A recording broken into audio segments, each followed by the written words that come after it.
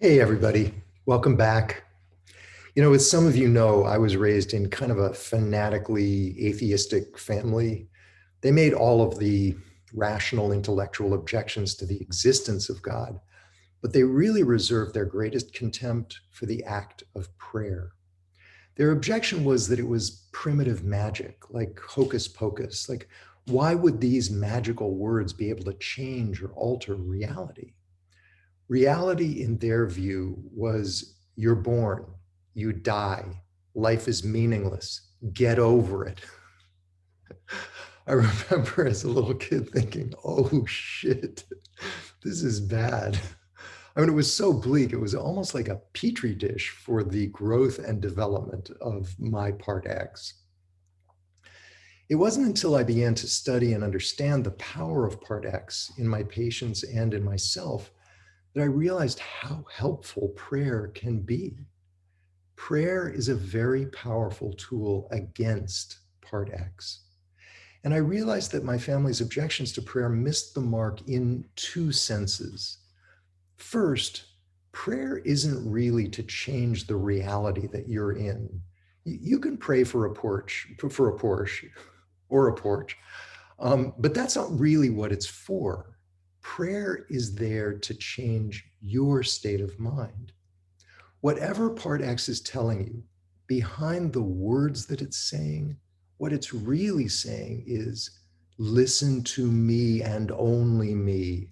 Thou shalt have no gods, no other gods before me, literally commandeering the first of the 10 Commandments.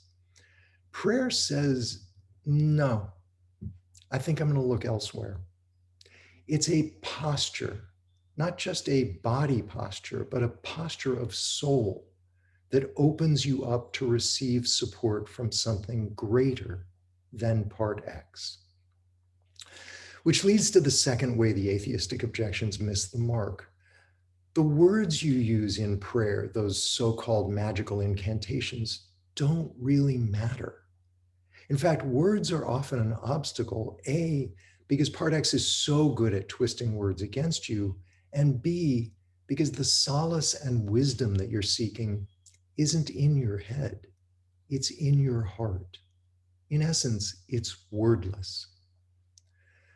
The bottom line is when you pray, all that really matters is the intensity with which you ask for help, with which you ask to be relieved of part X. There's a famous story about the Baal Shem Tov. He's the 18th century founder of the Hasidic movement in Judaism. He's conducting a prayer service. It's a traditional service.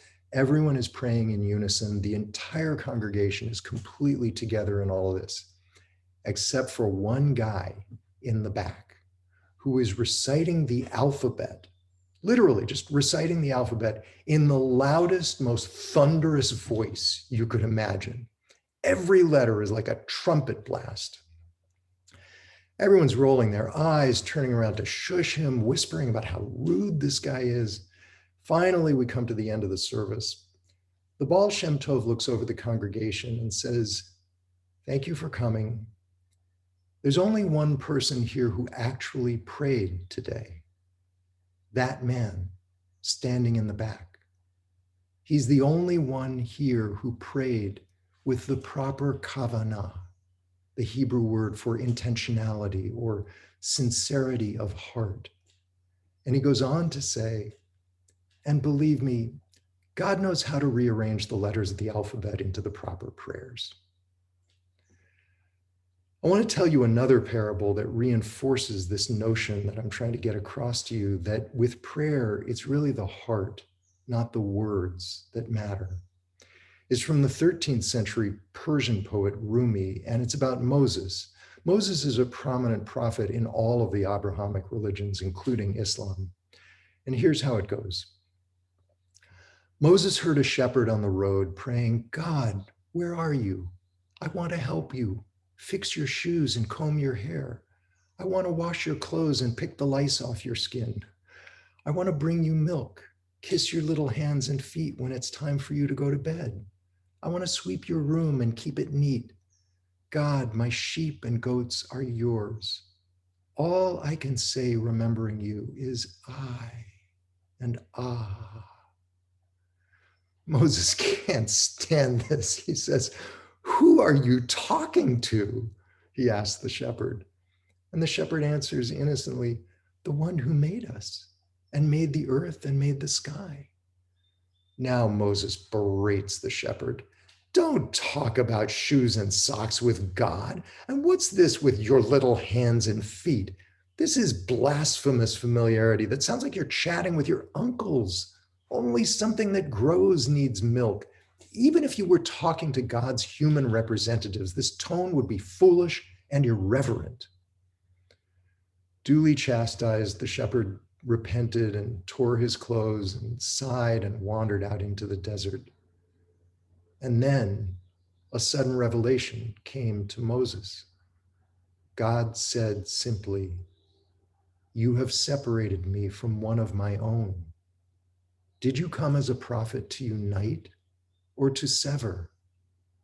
I have given each being a separate and unique way of seeing and knowing and saying that knowledge. What seems wrong to you is right to him.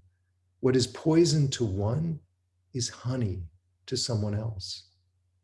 Purity and impurity, sloth and diligence in worshiping, these mean nothing to me. I am apart from all of that. Ways of worshiping are not to be ranked as better or worse than one another. Hindus do Hindu things. Dravidian Muslims in India do what they do. It's all praise.